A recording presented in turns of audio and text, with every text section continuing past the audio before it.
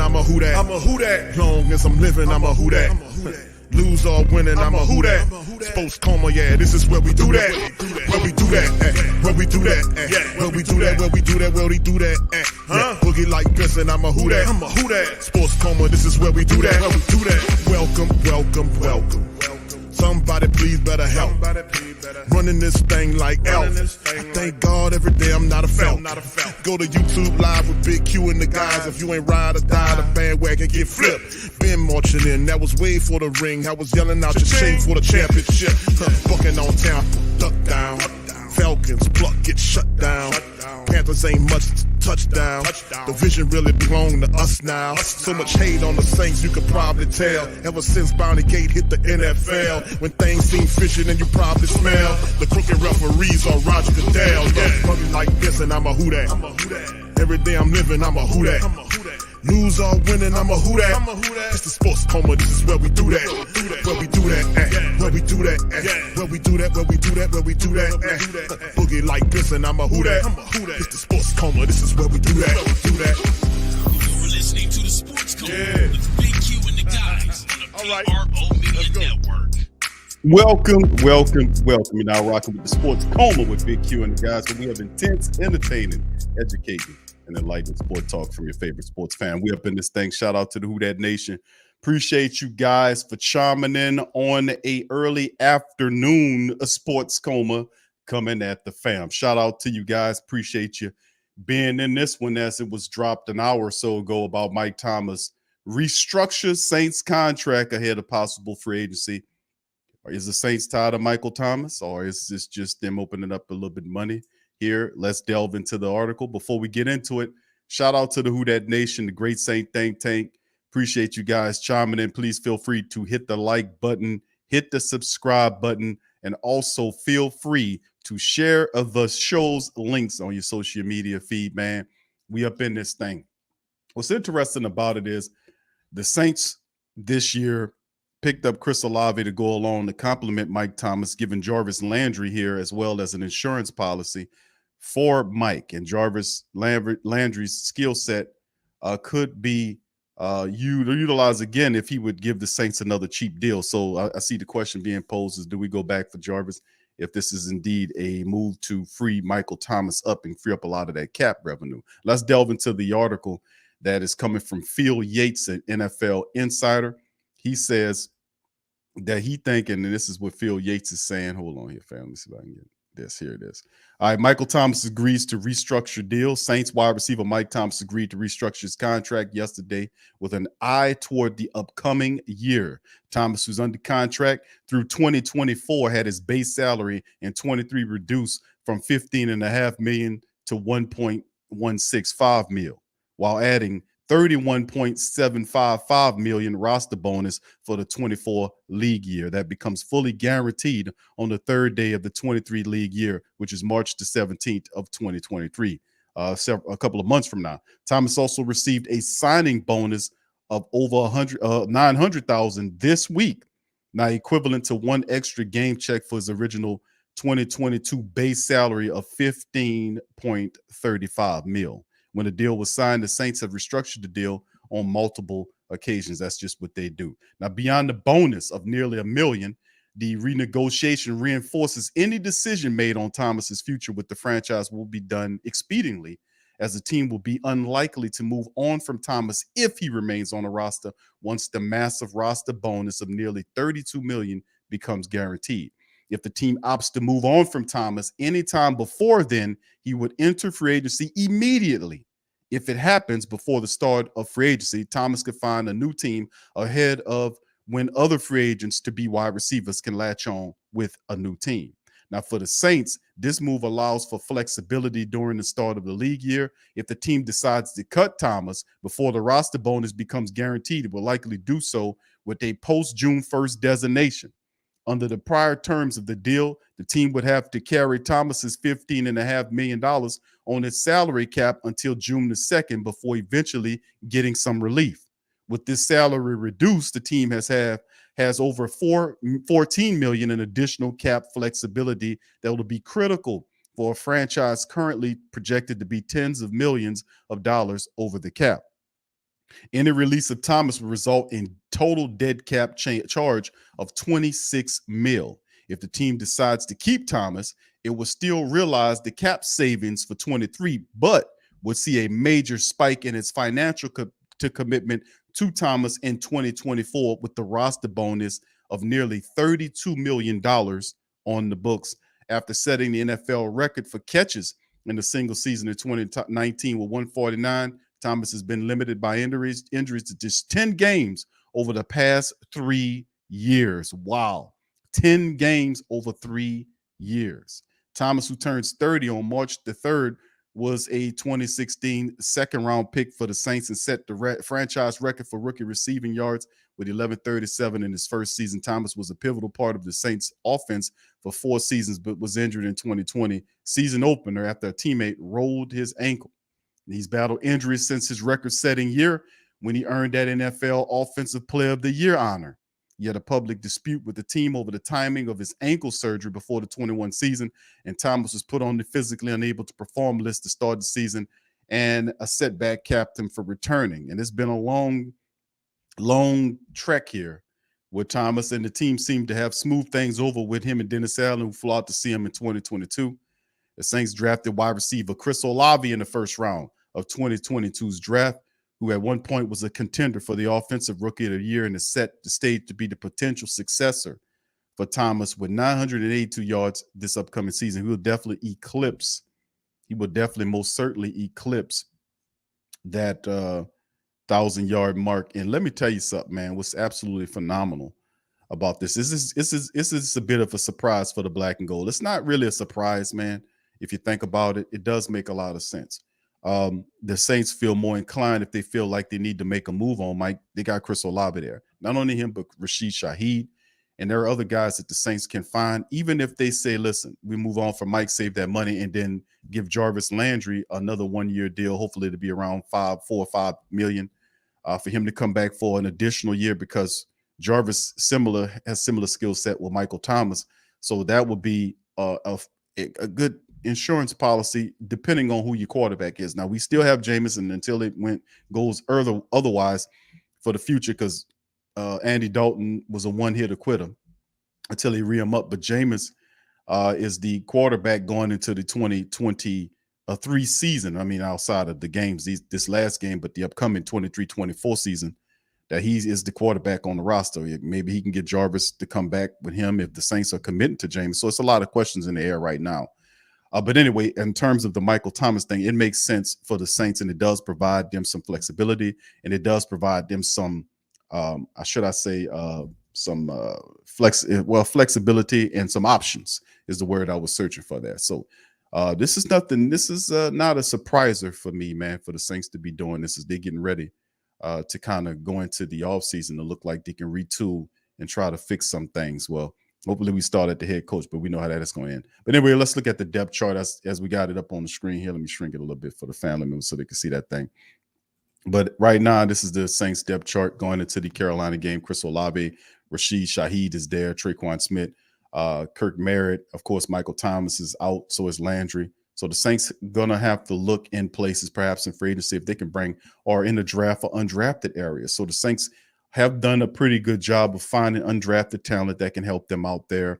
And they'll have to look to free agency and possible to draft to kind of add to the wide receiver position in the future. So what does that look like? Well, here it is. This is the 2023 NFL free agents. Y'all guys know I'm pretty thorough with that.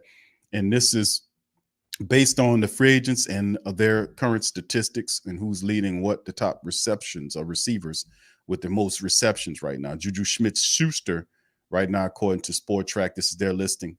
76 catches for 898. He'll become an available guy for you. There's Jacoby Myers, Paris Campbell, Alan Lazard, Matt Hollins, and several other receivers that'll be there. Darius Slayton, Marvin Jones, and there are other guys. Noah Brown, and this is just a list of some of the guys. DJ Chalk, Marquez, good when you see Jarvis Landry there as well. So there are quite a few guys that'll be there. You see Marquez Callaway's on this list, but he's restricted. I expect the Saints to bring him back. So the Saints, they could go into the draft, or they can simply just look at bringing a free agent in here, and there could either possibly be a trade. I doubt a trade, but this is what they're looking like if they intend to go into free agency looking for a wide receiver this upcoming year, if they indeed do pull the plug on Michael Thomas. So any of these names entice any of you guys that you like any of these names? I know the Saints at one time when Peyton was over the team had an interest in Darius Slayton from the Giants, who has 46 catches for 724. He's averaging 16 yards per reception and only has 2 receiving touchdowns so far. So how does that look? You see Jawan Johnson here as well. He's restricted. He definitely going to get him a new contract with the Saints. They'll be crazy not to. And of course, you see DJ Chalk here as well. I don't know. His price tag will probably be up in there. So, the Saints might just opted to take a less expensive veteran, or perhaps go into the draft. And speaking of the draft, these are the updated wide receiver listings as of, it was late December, so they probably have to pick up on that. But these are some of the top wide receiver prospects in the upcoming 2023 draft. Quentin Johnson from TCU is there. Jordan Addison from USC. Jalen Hyatt from Tennessee. We've been looking at Tennessee guys. You see Jackson from Ohio State, who's fantastic. Rice from SMU, another fan. So they got a lot of good crop of wide receivers, as always. But in this year in particular, a lot of really good, solid wide receivers available in the draft there.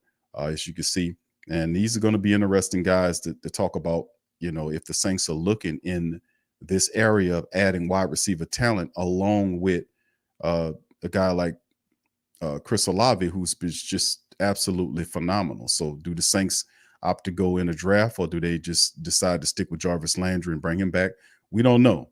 And most of this stuff will be eventually, handled in the next next several months or so. But one more game remaining for tomorrow as the Saints get ready for the Carolina Panthers. Is going to be intriguing and interesting all at the same time as they're making plans for the future. Hopefully we would have got rid of Dennis Allen, but look like the Saints are going to hold tight to him. They're going to hold on to their 9 love, but they'll keep Dennis Allen here. But as far as the Michael Thomas thing, it could be the end of Michael Thomas's run with the Saints.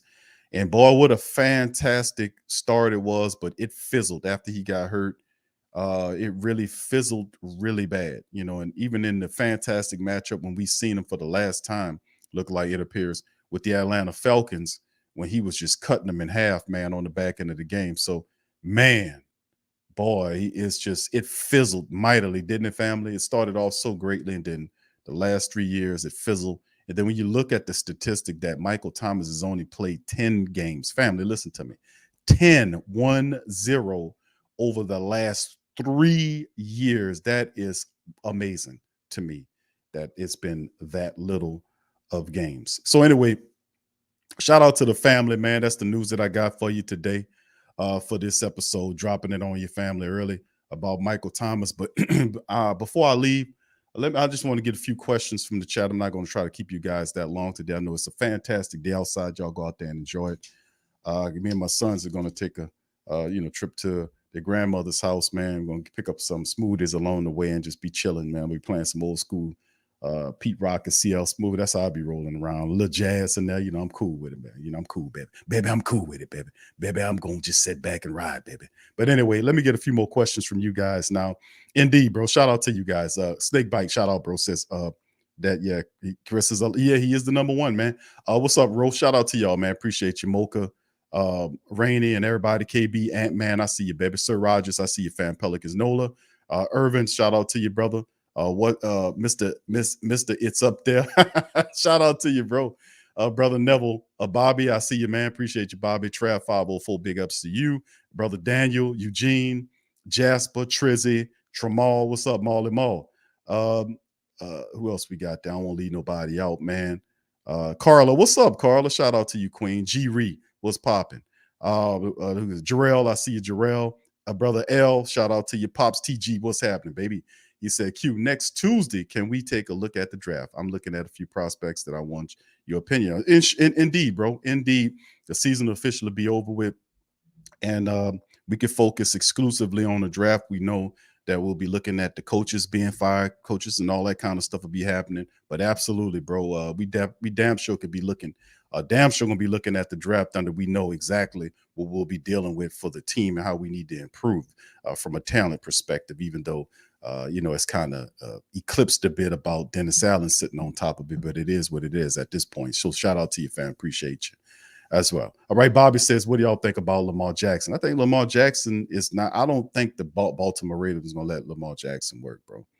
I don't think he's going to leave, man. I think they'll end up, if they can't come up with a contract, they're going to franchise tag him. There's nothing, who else are they going to replace him with? That's the question I have. If you don't want Lamar Jackson, who do you replace Lamar Jackson with and still contend? They're not in a position where they can, from a draft standpoint, where they can go and get one of the top guys unless they decide to trade up into that position. But, who's available in free agency that you would look at as at a quarterback that you were like, I'm going to go with this guy over Lamar Jackson. So I don't think Baltimore is going to get rid of. I know this happens quite frequently, bro, when, about contracts with Lamar Jackson. But I don't see any clearer or better options for them outside, free agency and the draft. I don't think they go away from Lamar Jackson. That'll be a disaster unless you have somebody you feel fits what you're doing, and that can be an upgrade over Lamar. And I don't see that happening with Baltimore at this point. So I think if they don't sign him or they don't agree to a contract, I think they probably end up franchise tagging that man. That's what I was saying. I don't think Baltimore lets him out of the building, to be honest with you, bro. It's the same talk all the time. What's up, Dada? Shout out to Dada, man. All right, Chris, what's up, bro? Says, why did Callaway take a step back? That's a great question, Christopher, man. I was thinking about that myself, and the thing that's crazy is like, was it the fact that he took a step back, or was it the fact that Shaheed just took 5 steps ahead of him? You know what I'm saying? It's like sometimes you're having your development and you're not seeing the field as much. And there were times when Callaway was seeing the field a lot and he was making these plays and all this kind of stuff. And then all of a sudden he wasn't. And then you seen Shaheed came on, and it's like one of them situations when the guy is a straight up natural and he just shot right past a lot of people. Because think about his maturation on the depth chart when he came from the practice squad and they finally put him in the game. He had an immediate impact, like an immediate impact that was felt right away. And that was like, damn, this guy's explosive. He's, and that just his speed and his size, because he's 6. The kid, Rashid Shaheed is not a small wide receiver. He's about 6 feet tall. He runs pretty good routes, and he challenges Callaway in a lot of ways. And Callaway has some speed, but there is nobody on his team faster than Rashid Shaheed. He has vision. He catches the ball. He plays the game with a lightheartedness that's really, infectious. And he's just a weapon of epic proportions. And not many, and if you know him as an undrafted guy, not too many plays or things that happen during the game is too much for him. You get what I'm saying? So, Callaway was there until he wasn't, man. And it's like, dude, Rashid Shaheed just shot right past him, bro. And just like, man. And that's just that was just clear and glaring. Shaheed's maturation in the Saints offense, it just blew right past Callaway. But I think the Saints still he's restricted, and I do think the Saints bring him back and hold on to him to see what he can do. So yeah, it was awesome, man, watching his development. Yeah, I agree with you, Mocha. Jackson is he a top 10 guy. I don't know if the Saints reach out him. We currently don't have any first round draft picks, and right now we don't know what's going to happen with that. You know, the stuff with Sean Payton. He wants, he mentioned something about him, and I can't speak for Tom Brady and all this kind of stuff. League circles saying it's the worst kept secret among the executive circles and the insiders about Peyton coming back to take the team, and he's still under 1 year contract there. And then, of course, Tom Brady, who wanted to originally be with the Saints 3 years ago, when we should have just cut Drew Brees loose and said, let's cut him loose. Thank you for your service, and cut him loose. We like to hold on to people a little longer than what we're supposed to, because usually that's a sign that you don't have much of a plan. Usually, if you have a plan, you rolling out these guys and you moving on to the next thing, and that's how you try to keep some success going. Usually when you don't have a plan, a real plan, you'd be trying to hold on to these coaches far longer than what they're supposed to. You're just sitting there, and then if they fizzle out, you're forced into a situation where you have to react. And that's what the Saints did. And instead of doing something outside of what Peyton said, they did what Peyton said. That's how we ended up with Dennis Allen. That was Peyton's reference him and said that he should be the guy. He said that, and the Saints took his word for it, and they hired the guy. So, they don't Mickey Loomis and all the good stuff that he do, but Mickey's not no visionary, man. I'm just gonna keep it $1.15 with you. You got Peyton here, and they going back to Sean Payton to do this or whatever, and all this kind of stuff. All this is short-term stuff, man. That's why I was saying, it's time for Mickey Loomis to slide on out of the way. Get hold on here, Q. I'm not gonna slide nowhere, goddammit. No, Mickey, you got to get on out the way, bro, because you don't have no vision here, dude. Let Kai Harley, you taught him the game. Let him step in there and guide the team for the next 5 to 10 years. Let him have it. Don't groom these young black executives for somebody else to pilfer them and take them and build their teams. Like Fontenot was supposed to be the guy, but we got an old Mickey Loomis, been there for 20 years. Are we going to keep Mickey till he here for 40 years? No, you got to move these guys, slot them on out the way. Thank you for your service, but this is a new era of football. Let's put this brother in here. Let him build the team. He knows the blueprint. He knows what he needs to do. Let him have it. Let's get you on up out of here, Mickey. You need to get on up out of here. All right, so anyway, yeah, so we'll see. All right, I will, bro. I'm going to check it out, bro. Yeah, we got, and for the family, our Patreon family members, I got a new show coming up soon that for the On Q with Big Q. This one will talk about some real deep stuff. It's about the I don't know if y'all realize this right now. It's 50-something odd children missing in New York and all that. It's a story going on right now that they don't know where these children are. But, I'm going to cover that. I'm going to talk about it. There was a previous episode of On Q Big Q. We've been putting in a lot of really good work there. There's a lot of good work on there that you simply can't hear on this platform, that you would have to go there to listen to, because they would block all that out. They don't want you to know none of that. I put up something simple in talking about breaking down some game on some other stuff, and they just blocked it on about it. So I said, but on there, man, it's a lot of good work in game on there, man. And I'm going to talk about that, and also have some videos I'm going to play. I did it before, but several episodes ago, when I had a Gunderson, if y'all familiar with that guy, he was on there breaking some stuff down. So I'm going to revisit that and with you real soon on that. So be looking out for it. All right. So yeah, man, it's crazy, man. But anyway, yeah, this is the thing going on with us. It's a lot of stuff going on. Tomorrow we got the Carolina Panthers to close out the year, and Black Monday happens. Monday, of course, that's when everybody gets fired, and we find out what direction we going in. Of course, there's going to be hot and heavy pursuit of Sean Payton from the Saints. And going back to that original thought before I sidebarred, was the fact that we should know what we're doing here, whether or not they're keeping this Sean Payton. Is that real? Or if we trade Sean Payton, because that means a lot to us, because if we trade him, we can get draft capital that can help us build the team through the draft, or at least get multiple first-round picks. I know the Saints put out the fact that they wanted 1 first-round pick. That's stupid. You're going to get several. You should get 2 first-rounders, 2 second, even a third for Sean Payton. He's going to be a person that's sought after by at least 4 or 5 NFL franchises that'll be willing to get him there.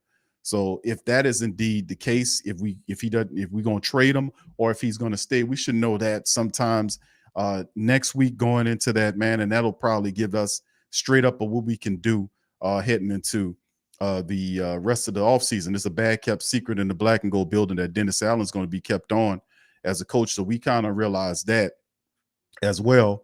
So, it is what it is at this point, you see. But I just think that we need to move Mickey out the way and let Kai Hartley slide. I mean, how many years, man? Mickey been up there for 20 years. When somebody else get a chance to run it? I mean, seriously. You've been doing it for 20 plus years. Let somebody else that understands the game, because some of this stuff is passing them up. Quite obviously, you don't let Dennis Allen sit on top of the team and just do whatever you want to do. And just how do you listen, I love Mickey Loomis. Nobody in the world imitates Mickey Loomis. Nobody gives a shit about imitating Mickey Loomis, but my crazy tail. I be up here talking about, man, I want to listen here, Q. God damn it. Listen, let me tell you something here. Yeah. Listen, I do my job, Q. You know why? I'm general manager up here for New Orleans Saints. I'll tell you. I'll tell you. You see, I'm the general manager because I do my goddamn job. I know you didn't, Mickey. You didn't do your goddamn job. Because if you look at what happened is no general manager that's got his hand on the team or the button on the team would have allowed the situation to occur with Dennis Allen and Jameis Winston. Jameis Winston is a $20+ million quarterback that we paying him. You don't let that happen. And I know Mickey Loomis didn't handle the situation correctly, because I know Jameis Winston wouldn't have went to some reporters to air out his grievances if he felt like he can go to Mickey Loomis and tell him, look, Mickey, man, this guy ain't seeing eye to eye. I want you to get involved and talk to and let's hash this out. And then Loomis will call Dennis, and Dennis them and Jameis would be in there, and they're like, look here, man, you my quarterback, you my coach. We got to work this out. We paying Jameis $20-something million. Make it work, Dennis. Make it work. But he did nothing. He didn't do none of that. And that's the thing. Like, a lot of people didn't give Loomis that smoke for that. I gave him the smoke. I said, in order for this situation to transpire, Mickey Loomis had to have been incompetent or sleeping at the switch or whatever else. He had to not been there or strictly told him to just take it up with Dennis. I ain't go talk to Dennis. Was that really what happened? Because I doubt Jameis would have went to the street and aired it out and said that unless that was his last resort. So, yeah, you don't let Dennis Allen run a team into the ground. He doesn't have a history, a track record of being a very good head coach. You allot him a certain amount of freedom, but at the same time, when you see him doing dumb shit, you go and check him. Like several of these games, the Saints could have won if they would have had better play from the QB position. Now, no disrespect to Andy Dalton, because Andy Dalton simply doing the best that he can do. He's fried at this point of his career. What he's giving you is about all what he can give you. That's pretty much it. So the best quarterback on the roster is Jameis Winston, to be honest with you. At least he has a deep ball that scares you, that backs the secondary off, allows you to work underneath. Yes, at least he has that. The terrible stuff you should seen him playing early on with the problems, man, it at a point where he was healthy enough to play, and you told him that, you should have let him play. But I'm saying that you don't let Dennis Allen guide the Saints ship into the mountain. You don't let him steer it into the ground like that. And that's what Loomis did. He allowed him to steer it right into the ground. And then if he'd have acted a little earlier, perhaps the Saints would have had playoff hopes. He didn't, he just like, well, yeah, I'm just sitting in the office here, and if Dennis Allen needs my help, we need to win, man. No, enough of that. Because if I'm the general manager and I hire you, I'm gonna allot you a certain amount of freedom until I see that shit is falling all apart. Then I'm gonna step in and say, hey, listen. Did you look at the fact that the defensive line, I'm looking at the statistics. Did you see this? You're allowing 132 rushing yards per game on your defense. You got a plan for that? Well, coach, you see, we're going to do such and such. I tell you what, I'm looking at it. We do have several veteran defensive linemen that we can bring in here and probably help you with that. What Dennis Allen going to tell me? No, we're going to be fine. No. I'm insisting that we take a look at these people. You know why? Because my job is tied to Dennis Allen's job. It's what happened with Fontenot in Atlanta.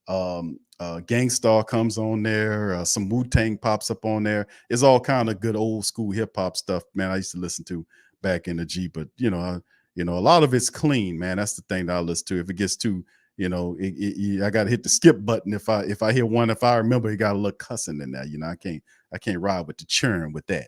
All right, Stacey says a good thing for Thomas pay structure. I hope we can hold on to Mike and he gets healthy. Thank you, Stacey. Shout out to you. All right, student. What's up, student? Shout out to you, fam. Appreciate you. Yeah, I know. And Carl is talking about the question about Marquez Callaway's development. I agree. All right, 504 Cole says Olave and Shaheed are great. Number 2 and number 3 wide receivers. I think Mike is our number 1. We have an outstanding group right now. Right, we do have a good group, and I think what's holding the group back is the health situation. We got to be able to get healthy, and if the Saints do decide to move on from Mike Thomas, then what do? You know what I'm saying? You would have to look at Chris Olave as a person that he leaves the Mike will leave the Saints in good hands of Chris Olave, to be quite honest with you, because Chris Olave is going to be phenomenal. We just got to keep adding talent to the group. Mike says 0% shot DA takes a demotion back to DC. The worst kept secret is most news others places report are kept. Thank you, Mike. Shout out to you. You might, if you won't be the coach, a demotion. I mean, it ain't like he doing nothing to gain no promotion. But then again, bro, I don't know what the hell the Saints are doing. We still don't have the exact contract of what the season about to come to an end, and we still don't know how much money Dennis Allen is making. We still don't know. Now, people say the contract is 3 years or 4 years or whatever the case may be, but we don't have the details. I don't have the contract where I can pull it up and look at it and it says this is exactly what it is. Doesn't that strike you as very odd that we don't know that? Even if we saying let's get rid of him, then how much would it cost to get rid of him? What kind of money are they paying him? You see, we don't have none of those details because the Saints are not opting to keep his contract details private, which is very unusual to me. Why would you do that? Greg says we bad people too long and cut players before they blossom time and time again. That has something to do with vision, bro. You know what I'm saying? Having vision. Yeah. Yeah, Mickey Loomis, man, bro. Nobody talking about Mickey, but I love Mickey Loomis. I'm on record from saying that over and over again. And I think Mickey Loomis has done a fantastic job for the Saints. But, bro, y'all know, man, that it gets to a point when it's time for the guy to hang it up and move on and let the guy he trained take the job over. Mickey been on top of the team for, 20-something odd years? I mean, damn, you have 2 understudies that were really good. Fontenot is excellent. He's going to do a good job for Atlanta. It just takes a long time to build up a stinky team. He got a lot to work on there. And then you look at Kai Hartley, who's another really good executive. And when you're grooming these guys, don't just groom them for them to go take over somebody else's team. Sooner or later, groom these guys to be the eventual person that takes over your team at that position. Let them take the culture and let them guide the team into the future. And Mickey's had his tenure. He's had his go-to move is to go to Sean to see if he can get Sean to come back or either listen to Sean or who the coach should be. That ain't a plan. How you meeting with people for 8 hours? You met with, I did a thing. I played the video back of the interview that happened when the Saints hired Dennis Allen. And when I played that back, boy, was like nails on the chalkboard to a lot of people, because when you hear that interview and now in the stuff that was being said, it was like, man, this is some BS. So it turns out that we knew about him interviewing Eric Bieniemy for 8 hours, but did you know that he interviewed Dennis Allen for 6 hours? I'm like, what? Dennis Allen is nothing you could be sitting up and talking about with Dennis Allen for 6 hours. I mean, he's just not that deep. What is he giving you, the secrets to the universe? Trying to explain to you if there's an ice wall, and if an ice wall exists, what's behind it? What is he doing? So, at the end of the day, man, all of this stuff. No, Mickey's first move was to try to get Peyton back. And his second move was to hire whoever Peyton says. That don't require much vision, fam. I'm sorry. What's up, brother Eric? Shout out to you, man. The right says Q James was considered the best third down QB in the NFL. Yeah, bro. He throws one, and I kept saying this. he throws one of the best deep ball he's one of the best accurate deep ball throwers in the NFL. Now, in terms of his intermediate stuff, he needs to work on that. Yeah, that's true. You got to work on that. His progressions, he had to work on that. He got better in Sean's discipline system, but when you look at his deep ball, and that's the thing that really makes Jameis Winston fun to watch in your offense, because he don't have no problems with throwing that deep ball out there. He was slaying that deep ball on your ass, lickety split. So, that scares the hell out of defenses and backs them up to the point where Elvin has space to operate. We got guys underneath that can work and get to work. As opposed to these defenses, they're not scared of us. They just crowd the line, and then we'll run Andy Dalton out, then run Taysom Hill out there, and the offense don't have a leader, despite you paying $20 million for a quarterback who's healthy enough to play. And then, of course, I'll present this to you guys. I won't hold you too long, but I'm going to present this to you guys, and you give me your thoughts on this, that we're in week 18. You're eliminated from the playoffs officially. Why is Andy Dalton starting again for the Saints in week 18, the last game of the season? Why is Andy Dalton starting? Andy Dalton is on a 1-year deal. He done played all of these games. Why is he starting? And I'm going to tell you why. And I've said this before.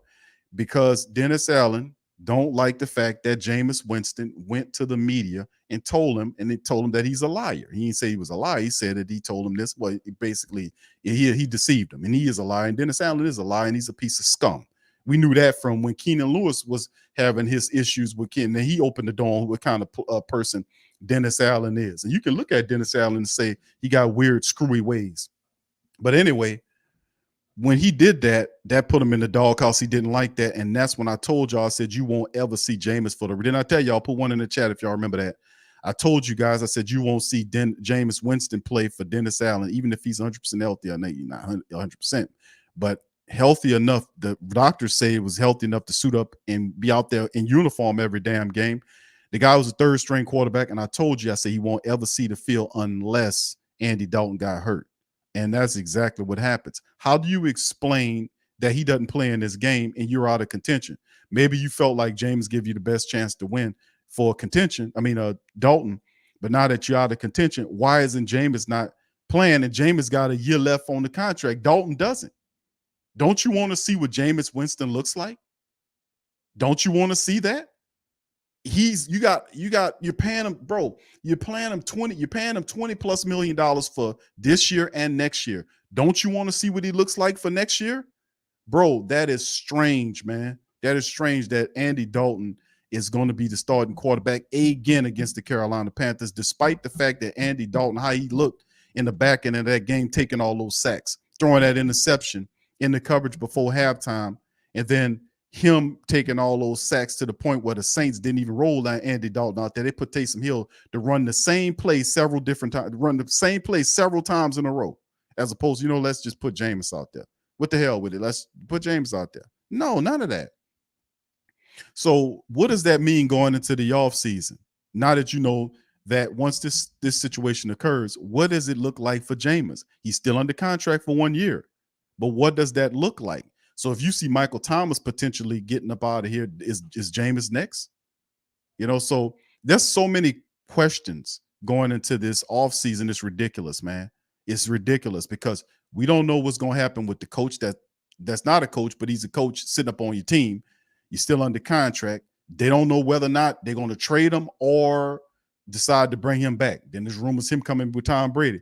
I just want, before we even get to any of that, because it's pivotal, we have to deal with Peyton first.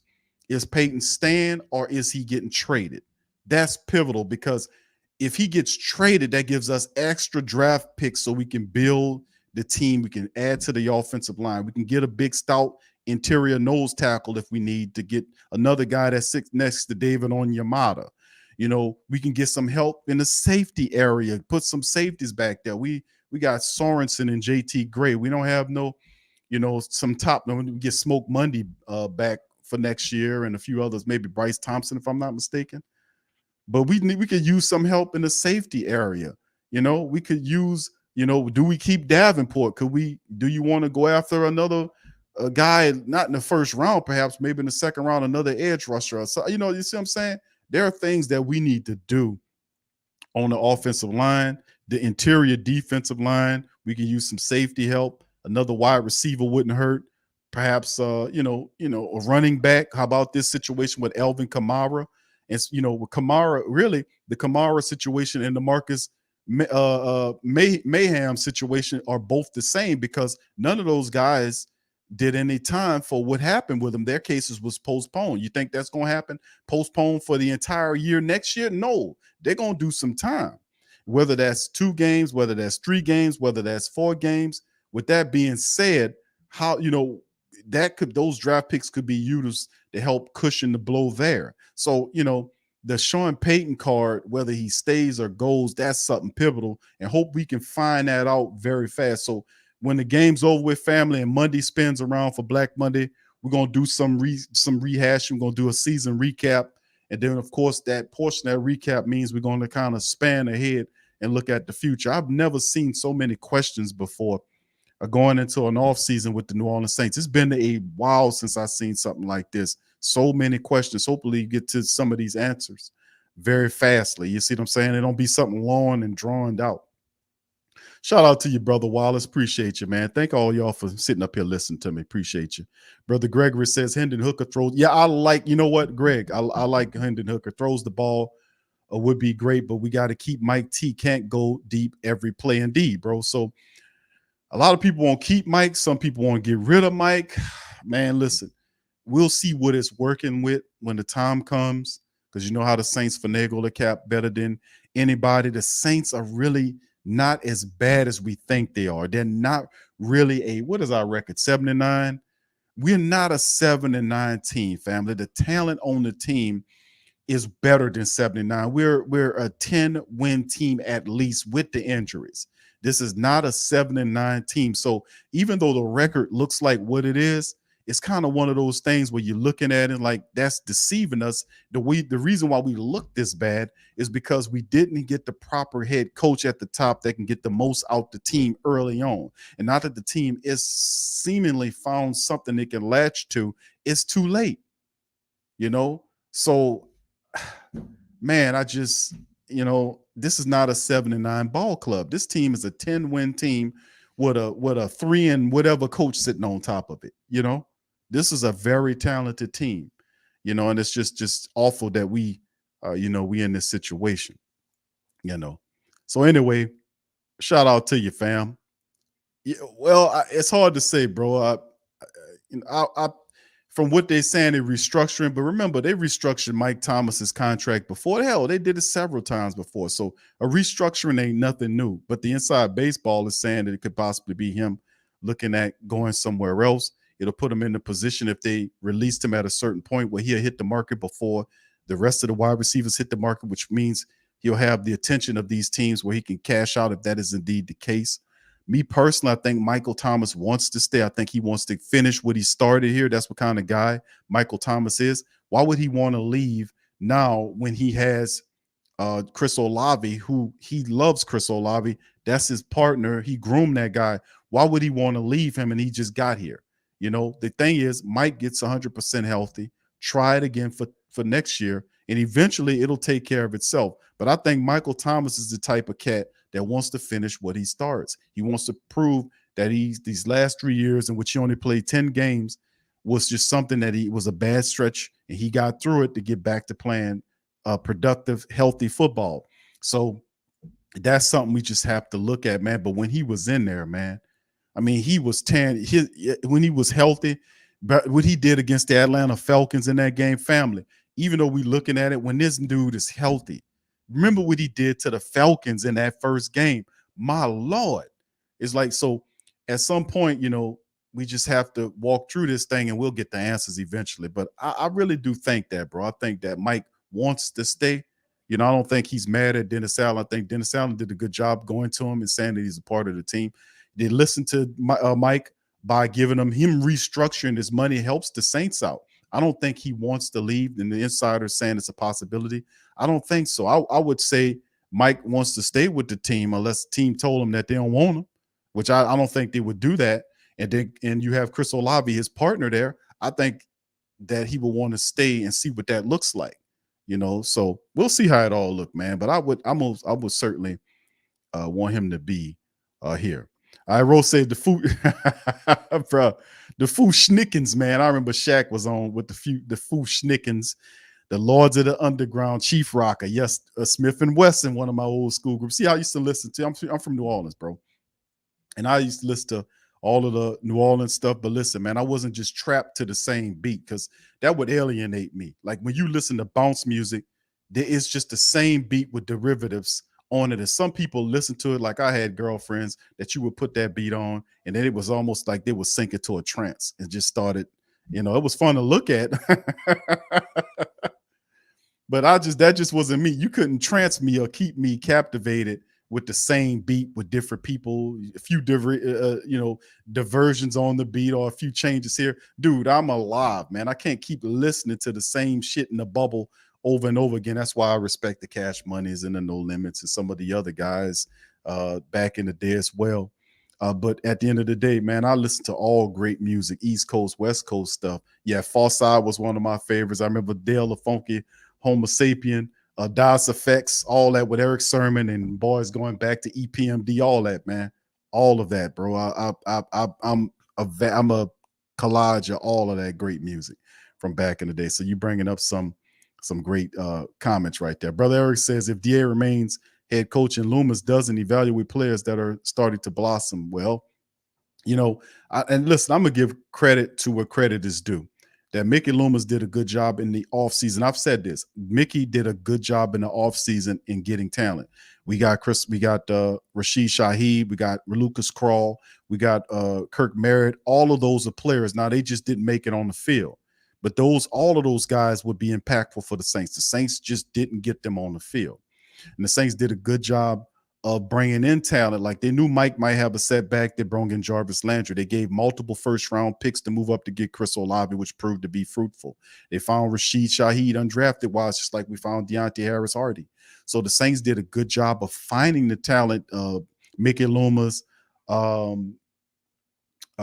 Jeff Ireland, and others did a magnificent job of really Jeff Ireland finding a lot of that talent to bring here. When you put all of those guys in the same room and they sitting up there looking at each other and looking at the coach, it's up to the coach to put the vision in their heads of what we see and what we need to be as a team. And Dennis Allen was incompetent. He didn't do that. He didn't put the vision in their heads because this is at least a 10-win team. They bumbled out of the gate, lost games that they had control of and possession of it. He had stupid ass play calling throughout the game, doing stupid stuff, didn't make the adjustments timely. He, keep running the same lineups defensively, even though they giving up chunk yardage as opposed to bringing in cheap veterans that can clog the middle, making adjustments, staying alive, doing things live time. He didn't do none of that. He just allowed the things to slowly deteriorate because he have this bogus bull crap idea that what he's doing is the right way, which is dumb. You don't operate like that. It's always somebody else that got a game plan that you can listen to that can help you. And your dumb ass way in doing things ain't always the right course of action to happen. And that shows me that he's void of critical analysis, that he didn't have the ability to differentiate and look at things, to pick them apart and move this around. He's not meticulous. He's not a person that knows such things. He's not a head coach, because it takes brains to be a head coach, and he's a dumbass. So he should just be a coordinator. It's fine with him being a coordinator, but even as a head coach, he don't even have what it takes to be that, because his defense fell apart.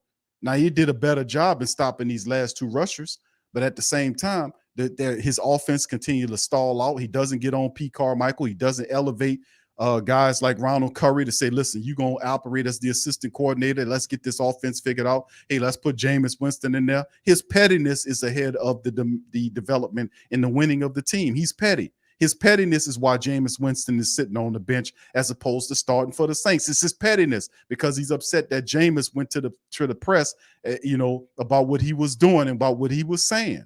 That is what this is. His pettiness why Jameis is not playing in the game.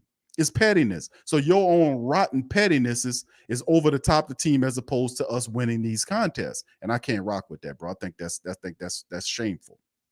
But anyway, y'all hear how I feel about that. And listen, I'm not just gonna tell you like I don't like the guy because his hat looks stupid. No, I'm telling you, listen, Dennis Allen is fine as a coordinator, but even as a coordinator, when the defense is supposed to be his thing, family, look at what Dennis Allen's defenses look like. If Dennis Allen's defense would have held in the Buccaneers matchup, the Saints wouldn't need nobody help to win any games. They don't need any help to win any games. Why would we need to wait all the way to the back end of the season to put a glob of games together and call for help from our worst rival in the Atlanta Falcons? They have to, if Carolina beats Tom Brady, then we got to cheer for Atlanta to beat them to have a shot, or have the Green Bay Packers to lose to the Minnesota Vikings. And notice, every time you do that, you don't get nowhere. Handle your business. Don't let your business handle you. That's what what Mystical said many years ago, and I agree. Cool Sports Poem. Shout out to you, bro. Thank you for your super chat, sir. Says Q. Michael Thomas is that dog. When he's healthy, got to keep him. I'd go Thomas, Olave, Rashid, Landry. And he says number 5 draft pick. Thank you, bro. Listen, bro. I agree, bro. People saying it could be the fact that he could be a June 1st release. Man, listen, I just don't see why that would be the case. The Saints have done a good job in being patient with him, and he's been patient with the Saints. They ironed those wrinkles out. Him and Dennis Allen are good. Him and Dennis Allen are good. Dennis Allen even fortified that by drafting the guy that him being Michael Thomas wanted, which is Chris Olave. So he gave him the guy that is his complement, the speed guy that will open up things, take the top off defense to allow Michael Thomas's job to be a lot easier. Why would you walk away from that? So, I mean, people got their own way of doing things, but from a commonsensical standpoint, if you arranged all of those movements, why would you then get up and walk away from the table after you got the meal that you want to eat sitting there for you? And you're going to just get up and walk away to go to another table to eat cereal. So, I mean, why would you do it? That's all I'm asking. I don't know what's in his head, bro, but I'm looking at it from a commonsensical standpoint, which is all I can do. Best I can do is rationalize it. And I'm thinking Mike's a rational dude. So at the end of the day, why would you walk away from that if they did everything you said that you wanted them to do, which they did? So I don't know. I just think it's a restructuring. It's not new. We get restructurings all the time. They restructured this man several times anyways. Thank you for your super chat, bro. Appreciate you. All right, Eugene says, Sam, there's only so many times you can hear a Trigger Man beat without split. Yeah, I'm kind of way away from y'all guys. Yeah, the Trigger Man thing, bro. I love my stuff, man, but listen. Yeah, bro, I just can't listen to the same stuff all over again. I can watch it. I enjoy watching it, don't get me wrong. I love that. But at the same time, man, I'm a music guy, man. I listen to jazz and all. One of my favorite jazz musicians is Ben Tankard, Norman Brown. I got several guys I like listening to, man. I put my jazz on and stuff, and when I'm moving around doing something, that's pretty cool. But I listen to I'm diverse, man. You gotta be, man, to listen to a little bit of everything. It's so much great music out there. You just gotta enjoy it, man. When I'm just cleaning up and chilling, I got the music on. And then again, another thing that helps me out a lot too, I don't know if y'all realize this not, but I wrote several books too that are still out there in the market. And often in one of the books I talked about, listening to stuff at night. Like if you put something on like affirmational stuff on at nighttime, it really helps you. So that's something I listen to as well. And then I get my peace and quiet though. But yeah, we good. All right. So anyway, let's keep it going, man. Eugene says, I wouldn't be mad at all about bolstering the O-line. JT, shout out to you. Now, I don't know. I ain't gonna say another center, JT, because we have our center in McCoy. We just paid him, so I think we'll be fine with that. So don't worry about another center, bro. Eugene said I wouldn't be mad at all about bolstering the O-line in the draft. It's not sexy, but it's the foundation. Build from the inside out. Indeed, bro. We had some issues with the guards, right? Andrews Pete is getting, maybe it's time. I'm an Andrews Pete guy, but I'm thinking might be time to kind of move past Pete. I think he do have a year or so left on his agreement, but the Saints have to be looking at adding some help at the guard position, bro. Seriously, we know we got Cesar Ruiz on the other side, but we got Trevor Simeon. We added. I know we still got Hurst, but perhaps the Saints need to do that. Start looking at some lineman help, or at least providing better competition, because I'm looking at some of these guys that we have backing up, and they don't look good, man. Kelvin Throckmorton is trash. He a big 6'7" silver trash can, with wheels. You ever seen a silver trash can with wheels? And it stands 6'7". If you did, that was probably Kelvin Throckmorton moving through your area. Garbage. Landon Young had a setback since his ankle issue. He hadn't looked the same. He looked really good coming out. Maybe it was just an off year, but I'm not impressed with Lewis Kidd. None of these guys. We need better backup offensive linemen, to be honest with you. Thank you. Brother Prom says, do you think Allen will be on a short leash? I don't know, bro. I don't know, for a commonsensical franchise that understands that the family base is pissed because you're bringing this guy in here and he's losing games and he's just telling you it's a bad day at the office. You got massive implosions. He don't make any adjustments. Guys throw 3 interceptions in the first half of the game, and then they can come back out in the second half and start. I mean, the guy, throws an interception for the first half of the game, then commences to take 5 sacks, without throwing the ball, and then steal plays. I mean, what can I do with that? So if you Dennis Allen and you can be able to get away with this and Mickey Loomis not call you and say, bro, listen here, we're not playing none of that. You're going to have to get this together and all this kind of old stuff. But if I'm hugging you, if I'm Mickey Loomis and I'm hugging you after you won 2 games in a row, you beat Atlanta and Cleveland. Cleveland basically beat themselves in that game. If the guy would have caught them 2 touchdowns, the Saints would have lost that contest because offense wasn't doing much. But at the end of the day, you look at that and the Saints, Mickey Loomis is giving him a hug for a 2-game winning streak. I'm like, dude, what is you doing? You committing after 2 games, and you still got several games left in the season. So, like I said, I think it's some BS. I think Mickey Loomis is full of it to a great degree. I think the Saints realize that they're not going to cut whatever Dennis Allen's contract is after a first year because they don't want to pay him off and then pay for another guy to replace him. They don't want to do that, so they're going to try to trick and put out all this propaganda and try to tap in all these little media operations that got their little bones and make their little money off the Saints. They're going to pull them in and say, hey, man, guess what? We're going to need you to kind of help us out with this press right here. Guess what? Yeah, no, I ain't doing that. I'm keeping it real. I'm keeping it real, $1.15, man, and I'm telling the truth. That's what's going on. And then right after I do the show, then the memo comes out. Y'all remember that? I did the show. I was talking about it. Then the NFL memo came out to the leagues, the rest of the teams in the league, to say don't fire your executives or your coaches because the NFL has almost $1 billion in lost contracts that they're paying fired coaches and fired executives. And they don't want that to continue. So they're telling them to hold on. Well, guess what? The Saints, before the Saints got the memo for the NFL, that's what they were going to do. Because who the hell knows if the Saints are paying Dennis Allen $10 million a year? We don't know what the hell that contract look like, fam. They don't want to tell you. Brother Oz says, do you think the Saints will stick with Jameis? I say yes, bro. I would say yes, but then again, I don't know, bro, because where do you go if not Jameis? Do people through, and Kevin sent me something on, shout out to my dog, GM Kev, sent me something about David Carr. I'm like, are you kidding me, bro? Seriously, bro? Seriously, Carr? Dude, no, man. No, bro. But I hope it's Jameis Winston, because if it's Jameis Winston, you might get Jarvis Landry back. If it's Jameis Winston who can throw the deep ball, he's not perfect, but at least he gives you that deep ball element. It opens up things underneath, and it's just he's under contract for 1 more year with the Saints. Do Dennis Allen and Jameis Winston hash out whatever differences they had? Because really, if they did, then Dennis Allen would have started Jameis Winston. Why would you tell people on Wednesday? What day was it, family? Tell me. Wasn't it Wednesday when he came out with the decision that Andy Dalton's going to start again for the why? Why is Dalton starting? Dalton, he don't even have a contract after next year. We done seen enough. You're out of the playoff window. Why not start the guy you paying $20 million to? Why aren't why? What's up with that? So I don't know what that is, bro. So we'll see.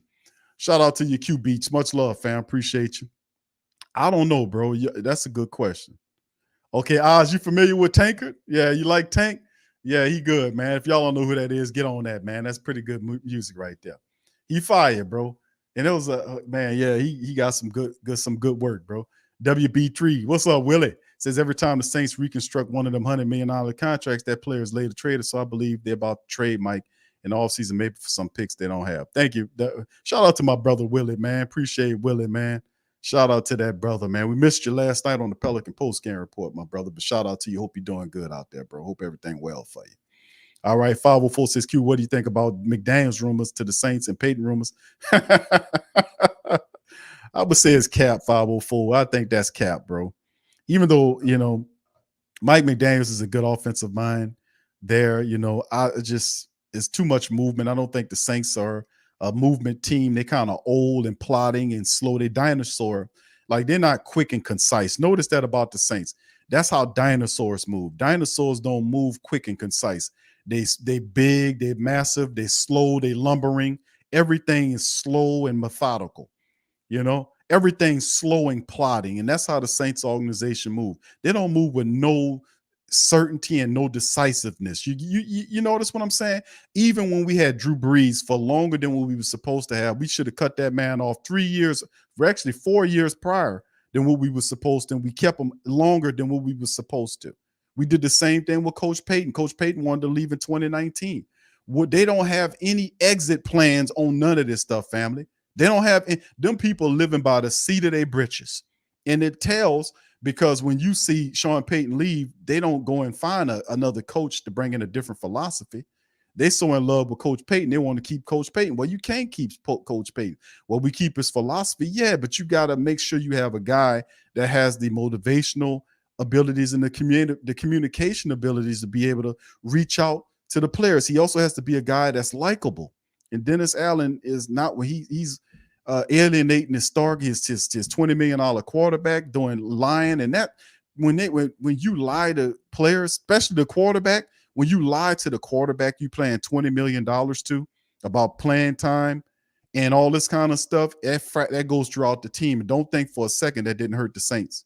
Don't think for a second that didn't hurt the Saints. But he kept doing it anyway because he can't help himself. He can't help what he is, which is a dummy. I'm sorry to sound like that, but the man he over his head. He's over his head, What's up? Tell me about it. Says we need to restructure. The team take on the head coach values we lost with Dennis Allen. Well, yeah, I don't think that happens this year. The Saints obviously gonna keep him. All we can do, bro, is just, it's just do what we've been doing, what we've been talking about. Jim. Okay, Joe Sample. Yeah, I got you, Eric. Yeah, I heard of Joe Sample. Yeah, Eugene, you like him too, huh? Yeah. Y'all guys is good, man. Yeah, Najee. How can I miss Najee? Yeah, you gotta throw him in there. Y'all got it going on. All right, Sean. What's up, Sean? He said we beat ourselves 8 times this season. Well, guess what? You had a guy who beat you with a spiked baseball bat named Dennis Allen. He just sit up there and watch the Saints implode in many of these games, then gets up in front of the camera and say some of the most ridiculous stuff. He has some of the most, like, when it's all said and done, Dennis Allen is no longer the coach. His little sound bars or the sound offs that he had, I might have to put that together, like some of the gifts or the gaffes rather of Dennis Allen from this past season. I'm going to have to find all of those and put it together in a comedy skit and put it out on the Coma. Because let me tell you something. One of the most famous crazy ones that he did was during, the halftime speeches. Andy Dalton just threw 3 interceptions in the half. What are you doing? Well, we just going to have to keep doing. That's a guy that's over his head. Nobody with sense would say something like that, dude. It's crazy, man. I'm gonna have to put that together, man. Usually says Q, you're gonna mess around and get Mickey all riled. Yeah, well, let me tell you something here. I'm coming. I'm to tell you something, guy. God damn it! I hear people want my job. I'm gonna tell you, I can fight now. I might be 80 years old, but I'll fight. I'll fight your ass. I'll hit you with my cane. I'll do something. Nah, Mickey, it's all right, bro. Just vacate the premises, man. I don't know, bro. I don't think Jameis. I have to pull up Jameis's contract, bro, to get an idea on that. I don't think Jameis has an opt-out in his contract. Maybe I let me make sure here. Give me just a second. That's a great point, my brother. Let me bring that up. Let me pull it, because I remember I put his stuff out here, and it might have an opt-out in there. It does. Yeah, good call on the Q Beats. You right on the money, bro. Let me put this up here for the family members to see here. All right, now this is Sport Track family. He does have an opt out in this agreement. Good call, bro. Good call on that. 2-year deal, right, with the Saints, and this is the 20. Look, and I always say 24. I always, for whatever reason, I always throw in a kind of bring the money down for whatever reason because I got that mindset like, okay, but it's a 2-year, $28 million contract. You paying the man $14 million a year, and he's sitting on the bench. Didn't do nothing. Now they say a base salary of 1.2. That's how they do it. The signing bonus was 14 million, carrying a cap hit of 4 million and a dead cap of 15.2. According to Sport Track, this is Sport Track contract, as you can see. Potential opt-out in 2023, where the Saints will only have him on the hook for 1 year at 15.2 and the dead cap at 11.2, or they pick up the 12.8 for next season. So is that the case? It appears like if that is indeed his own Jameis, does Jameis do that? So good call on that, Q Beats, man. You're on the money with that one, my brother. So yeah, that's a good piece of information that, we kind of forgot about that, bro. So yeah, Jameis does have an opt-out, man, according to Sport Track.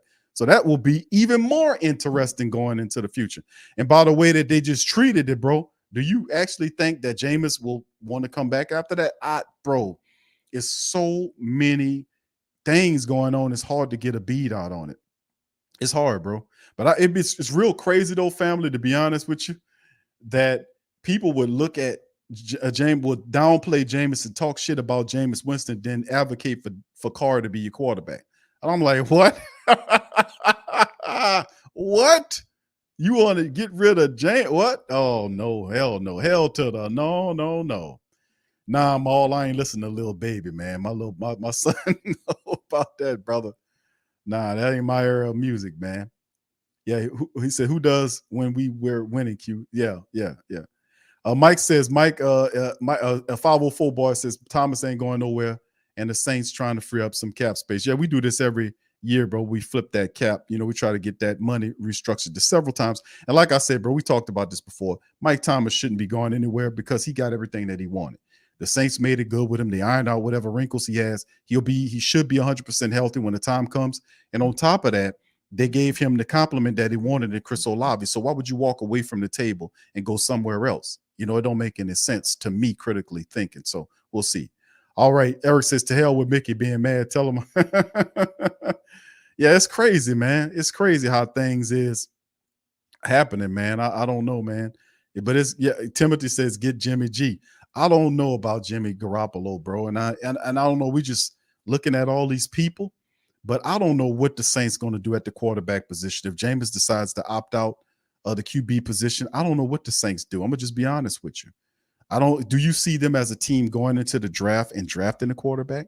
They don't have any picks. Do they keep? See, I can't even get to that portion of the season until I find out exactly what's going on with other more pressing matters ahead of that. Before we even get into the draft to know what we need to do, we need to figure out what we're going to do with Coach Peyton.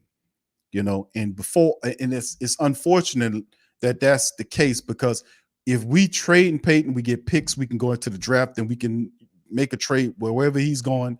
And then once we get those draft assets from that team that we sent them to, then that'll give us an idea of what we need to do for the draft. You see? But outside of that, what is going on with the Coach Peyton thing? Do we keep him according to these reports, or these reports cap, or is it the fact that, he gets traded? So we'll have to figure that out before we get through any of this other stuff, because it's all tied to the same thing, you see? So, we'll see. Yeah, I know a lot of people are not too crazy about Jameis, but please, if you don't like Jameis, please feel free to give a better quarterback than Carr. The truth is, there's not too many other quarterbacks that's out there that can come and help you that's way. There ain't too many superstar quarterbacks going to leave their organizations and come and play for your organization. Don't think Lamar Jackson is going to be the dude. Lamar going to get franchise tagged by Baltimore because Baltimore don't have a competent replacement. They wouldn't dare let him get out of that building. Even if he don't agree to a deal, they're going to franchise tag him. So no, Lamar Jackson is not going anywhere. And who else you got? The people talking about Tom Brady.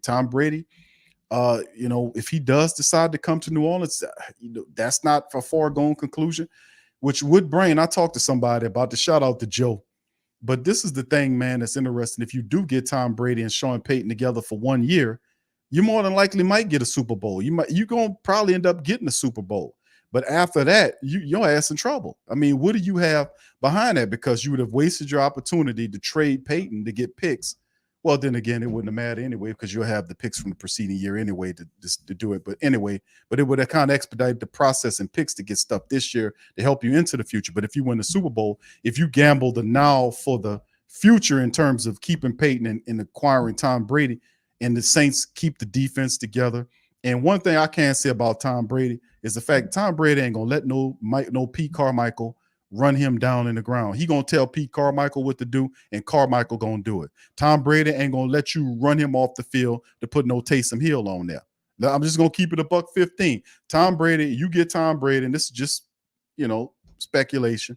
But if that is indeed the way we go, and they get Peyton, which I think this is absolutely ridiculous, but if they do that with Peyton and put Tom Brady together and they play for the Saints in 2023 for 1 year or whatever the case may be, and think how your offense looks. Your offense is going to look a lot better because no Tom Brady is not going to let you run him off the field to put no Taysom Hill on there. Let me tell you something. He ain't going to do that. He wants full control, and that's not going to happen. Whatever Taysom Hill plays is going to happen. They're going to happen with Tom Brady on the field. It's going to be his offense, his way. And to a degree, that's cool because Pete Carmichael don't have a personality where he'll butt up against a Tom Brady who going to come in there and say, I want you to do this. We're going to bring this. And Pete Carmichael going to stand there with his hands behind his back and shake his head. And you're going to be looking around to hear you thinking metal, somebody throwing metal around in the empty room, but it's Pete Carmichael shaking his goddamn head. All right. So anyway, fam, I don't know what they're going to do, family. I just don't know, man. I don't know what's going to go on. But the reality is, once we get into next week with the Black Monday stuff, and if it is indeed true the Saints are going to trade them or if they're going to keep them, it's clogging up everything. It's blocking up all the vantage points of what we wanted to do as an organization here. So, man, I simply don't know. Then there's so many caveats, so many different things here that's a triple. We mentioned the fact that, Jameis has to opt out in this contract. Does he opt out? Why would he stay? Dennis Allen benched him. He lost the trust. He broke the trust. Remember, it was similar with Teddy Bridgewater when Sean Payton broke the trust of Teddy Bridgewater. When he was supposed to be the quarterback, told him you're going to be the future, and then gave it to Taysom Hill, then tried to take it back from Taysom to give it to Teddy. And by that time, Teddy, when the contract was up, he said, nah, I'm out of here, man. Trust is everything, man, especially if you're a football team. You sell the team as a family. If you lying to your family members, you're going to lose trust. And that's a big thing. So it's so many movements here. It's hard to pinpoint exactly where we go because the first shoe has got to be Coach Payton. Does he get traded or does he stay? We got to get that hashed out. Once that gets hashed out, then we know which directions we got to move in as an organization. So a lot's for stake. A lot's going on, man. I really don't know what the hell is going to happen, but that's cool because guess what? We're going to be here the whole time watching it and handling the business. Brother Willis says Peyton going to Arizona to say, yeah, bro, listen, Brother Willis, I would not be mad at you on this one, bro. You sending, he says, to Cardinals and get a number 4 pick in the Saints draft and CJ Stroud from Ohio State for our future. Listen, bro, that would be a really dream scenario for the Black and Gold Nation. Let me tell you something. You drew Ohio State in there. You're a smart man. You know the Saints love picking their fruit from Ohio State. And guess what? CJ Stroud, Chris Olave, Michael Thomas. I see what you're doing there. I see what you're doing right there. But yeah, that would be a beautiful scenario if that was indeed the case, my brother. We shall see. We'll see. I hope it's that smooth. Brother Paul says, yeah, tell Big Q Tom Brady is going to tail the offense. He says, yeah, tell it. Tom is going to tail the offense to his liking for real when he comes. Yeah, can you imagine Tom Brady coming here, bro, and running off the field for Taysom Hill so he could turn into a running back? No, it's not going to happen, man. And Tom Brady will be the de facto head coach in many scenarios. The defense will play for him. It'll give you the leadership. I mean, one positive thing about this whole thing is that it'll put a alpha in the Saints offensive run where there is no alphas. No disrespect to the guys below Pete Carmichael, because they could very well be alphas and they just playing a role. But we know Pete Carmichael is not an alpha. So he will back down with Tom Brady's commands. We know Dennis Allen's not an alpha, so he would back down to Tom Brady's demands. And it would also provide you with leadership at the top of the team. So a guy that's been through the throws. So if any positives we can pull from this whole situation, it would be that. But Willie, that's an interesting scenario, man. That might be a dream scenario by most. Sir Roger said Tom will be throwing my at Carmichael. Yeah, indeed, bro. Yeah, he knew he would have won at least 2 Super Bowls if he would have came to New Orleans. And he was kind of petty about that, but I was passing this along. I'm going to say this and then we're going to, I hear you, Anthony. But this is the thing that, we looking at is if that is indeed a case, and this is merely speculation from what we're getting until we find out exactly what's going on. But if that is indeed the case with Tom Brady coming here, it would definitely stick his thumb in Drew Brees' eye. Let me tell you something, because that's what I really think this is about. I'm not going to lie to you. Tom Brady is super petty. And for people who are not petty, let me tell you something. Sometimes I could be petty myself. Y'all know. I know Sean listening. I know Tasha probably listening too. She know at time I could be petty, man. I'll be a little petty in here just to be funning with the family, just be having fun with the family because I'm a part comedian. You know what I'm saying? But Tom Brady that's a move to stick his thumb in Drew Brees' eye, to be honest with you, because he wanted to be the Saints quarterback 3 years ago. The Saints chose Drew Brees over Tom Brady. Tom Brady is one of these type of people that you don't choose people over him. He made his whole career and life about showing you up. For all of the quarterbacks that were picking ahead of him, he made it a point to not only eviscerate the passing records, take them not only to catch the records and just slightly pass them, but to eviscerate them, to annihilate them, and play 2 or 3 years past the records and put them so far up in the sky that nobody could catch them. There won't be a quarterback for the next 20 years, and you know that how physical the game is, that'll catch the numbers and the rankings that Tom Brady putting up in the sky. I mean, but see, he ultra petty. When the Saints chose Drew over him, he went to Tampa. What was it? Not too long after Drew made it official to come back to the Saints. Then he made it a point to beat the Saints when the Tampa Bay Buccaneers and Drew Brees went head to head. He made it a point to beat the Saints and try to beat them and push them on out the way. Of course, we handled the business against him in many of the games, but ultimately he was able to push past the Saints in the playoffs and Drew Brees to go get his first Super Bowl ring. The Saints keep doing what they're doing. They win that game. We stop Tom Brady. We ultimately go on to compete for one. I really do think that would have happened. But we failed to stop him in the playoffs. He goes on to win a championship. Now, not him saying that he wants to play on. What will it mean to you in Drew's legacy? Because he already took all of the records down in the NFL. Drew Brees is a distant 2 to Tom Brady. Drew has 1 Super Bowl ring. Tom has several of them.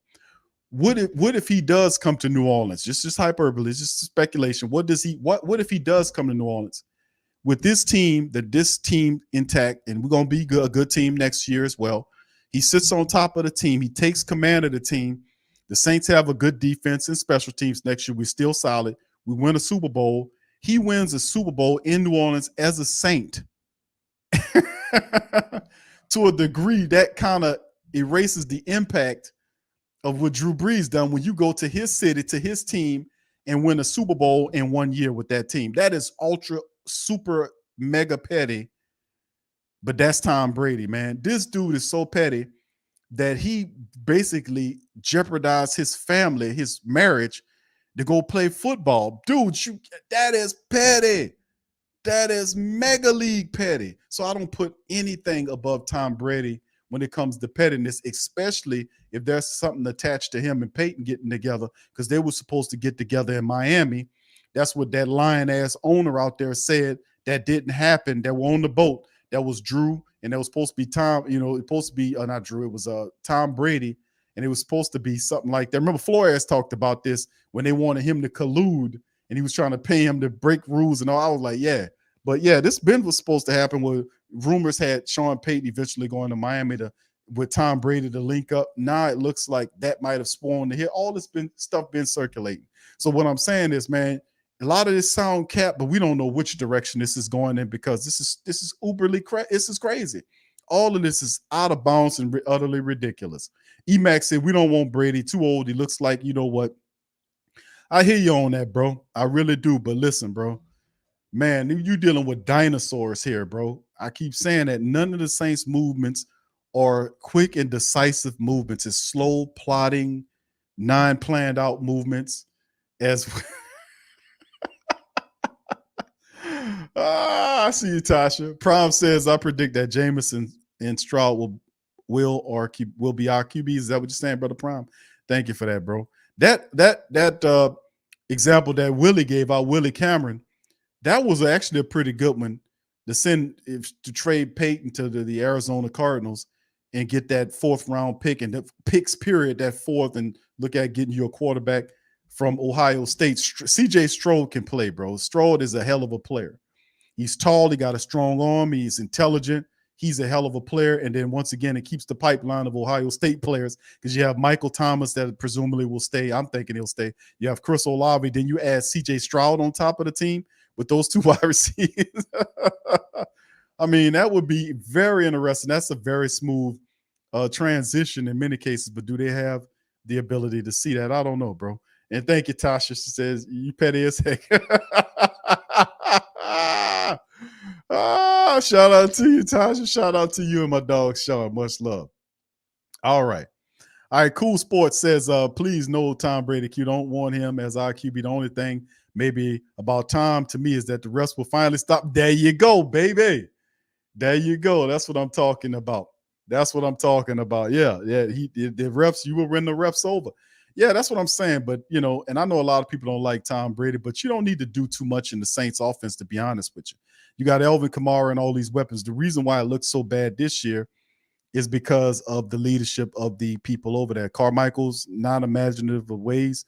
You had no leadership from him or from Dennis Allen. And the team just kind of was rudderless for me. It was just out there floating around with no sense of direction. At the very least, all I can really say about Tom Brady, at the very least, if he's coming in here with leadership ability. If anything, everybody looking at him and they believe in him. So whatever, that's one thing I can say about the Tom Brady stuff, that if he does decide to follow Peyton to New Orleans or whatever the case may be, there is no leadership void at the offense, on top of the offense at all. He would fill that spot. He'll make the Carmichael and all this kind of stuff do what he said. They'll bend over backwards for him. Dennis Allen won't get in his way. The team will look to him. All of that, man. And it's just amazing. It's so amazing. Look how goofy garbage Skeletor reporters act, and they ain't even met that guy. And look how he ready to throw his own partner in the trash can for a guy he never met. I told y'all guys on this show, when I covered that, I said, I bet you this son bitch never even met that man before. And he ready to throw his own co-host into the trash can. And I'm saying Tom Brady has that type of impact on an old 90-year-old reporter type guy. Imagine what he'll have on teammates or members in the team that's finally able to know that that's his teammates. So it's some positives and negatives in that. Gregory, I do like Hendon Hooker. I do like Hendon Hooker, bro. I watched him play. He's 6'4". He has a speed component. He's accurate. He's very intelligent. He has to get through that injury, though. That's another thing that they're looking at on that. They have to look at that and see if he can get through that injury. That's the only thing about Hendon Hooker that I'm looking at, is that injury. Does he, how does he look after that situation?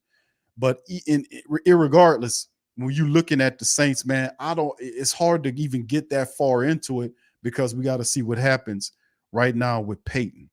So with that being said, fam, I could talk to y'all for a whole nother 4 or 5 hours. Y'all know how I do, man. I love y'all. I love talking to y'all. But it's feel good to talk to y'all guys. It's a beautiful day outside. It's 3:00 Central Time our way. We about to go hit up the Smoothie King and go get us a couple of drinks on the way to go see my moms. Then we're going to go chill with them for the rest of the day. Pelican post-game report, family. The live watch scoreboard will be available tonight. The Pels take on the Dallas Mavericks. They're on the road. They start their 5-game road trip with Dallas. They were played Friday night. They lost to the Brooklyn Nets by 6 points without Zion, without BI. A lot of positives. Luka's banged up with a sore knee, so we'll see what he does. But they'll be starting a 5-game road trip off with Dallas. That'll be tonight. Also for Ring Kings Boxing, Javonta Tank Davis is fighting tonight we'll be covering that in the recap of Ring Kings Boxing as well. A lot going on, family, a lot going on tonight. So with that being said, I'm going to get on up out of here, and I'm going to holler at y'all on the flip side. But listen, I appreciate y'all. Over 200 of us in this thing. Do me a service, family, if you enjoyed the program. Please feel free to hit the like button, hit the subscribe button, hit the share button, and share the show on your social media feed. We're a couple of less than 100 people away from our 10,000 mark, and we're just going to keep exploding. Like I said, family, got a lot of stuff that I've been working on, developers with the sites and all that. We're about to take it to the next level. Content creators and stuff like that, they'll have opportunity. Shout out to let me just say this. I'm just so happy about some of these projects that I've been working with in the background over the last several years, all of last year, late into this year, wasn't ready yet, but a lot of stuff's about to come online between now and March the 1st. That's what I'm aiming at. A lot of our Sync content creators, Pelican content creators, if you're very good at your craft, then the platform will give you an opportunity to show your stuff. Like I said, I didn't have this opportunity when I started 8-something odd years ago. It was just me out here. There was nobody else except for the reporters when we started the Sports Coma. You know, I wish we would have had a platform that would have given me an opportunity to kind of show my stuff. So we're going to be giving a lot of that opportunity to the people, because the people gave me an opportunity. They took the time to listen to me and say who this old crazy man is with this old gravelly voice talking to me, talking all loud and reckless, who this fella is in the Who Dat Nation. They fell in love with me and I fell in love with them. And ever since then, man, we've been rocking on this great journey for all these years, and they've been supporting, buying the merch and sharing the links and all that. And I just want to give some of that back to the new class of people. I know I've inspired quite a few people, but I want to be able to continue to do great things and take it up to 3 or 4, 5 levels higher than what it's been. So I'm going to start laying out a lot of other stuff down the line. Family, I told some of my Patreon and YouTube family members some of the insights, some of the stuff, because of several different big projects that I've been working on. But I promise y'all, man, March the 1st, y'all going to see some stuff. So like that. So I'm just giving all the love and praise to you guys for what y'all did, helping along the way, man. And I just going to keep on riding, baby, and making it better and better and better, baby. You hear me? All right. So with that being said, I'm going to get out on that. I appreciate you guys. Y'all have a fantastic rest of your day. Like I said, I'll be back later with the Pelican post-game report recap, the recap of the Tank Davis fight that he has tonight. And tomorrow, the Sports Coma will be back for the live stream for the Panthers and Saints matchup. So with all that being said, I'm going to holler at y'all on the flip side. Who dat? And I'm out. Yeah. Boogie like Benson, I'm a who dat. I'm a who dat. Long as I'm living, I'm a who dat. Lose or winning, I'm a who dat. Sports Coma, yeah, this is where we do that. Where we do that, where we do that, where we do that, where we do that, where we do that. Boogie like Benson, I'm a who dat. I'm a who dat. Sports Coma, this is where we do that. Where we do that. Welcome, welcome, welcome. Somebody please better help. Running this thing like Elf. I thank God every day I'm not a felt. Go to YouTube Live with Big Q and the guys. If you ain't ride or die, the bandwagon get flipped. Been marching in, that was way for the ring. I was yelling out your shame for the championship. Bucking on Tampa, duck down. Falcons, pluck, get shut down. Panthers ain't much touchdown. The vision really belong to us now. So much hate on the Saints, you could probably tell. Ever since Bounty Gate hit the NFL, when things seem fishy and you probably smell the crooked referees or Roger Goodell. Yeah, probably like this and I'm a who dat. Every day I'm living, I'm a who dat. Lose or winning, I'm a who dat. It's the Sports Coma, this is where we do that. Where we do that, where we do that, where we do that, where we do that, where we do that. Boogie like this and I'm a who dat. It's the Sports Coma, this is where we do that. You're listening to the Sports Coma with Big Q and the guys on the PRO Media Network.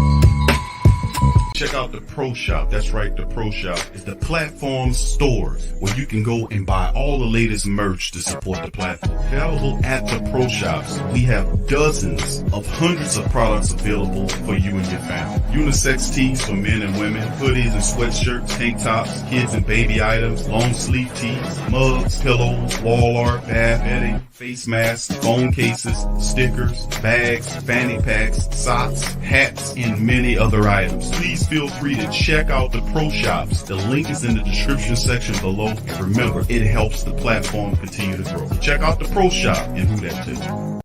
TheWhoThatDaily.com. That's right, TheWhoThatDaily.com. Your one-stop shop for everything New Orleans Saints, New Orleans Pelicans, LSU Tigers, even the top flight boxing news. So if you're a Who That and you're looking for a place to stay up on your team, TheWhoThatDaily.com is your site. TheWhoThatDaily.com for the sports.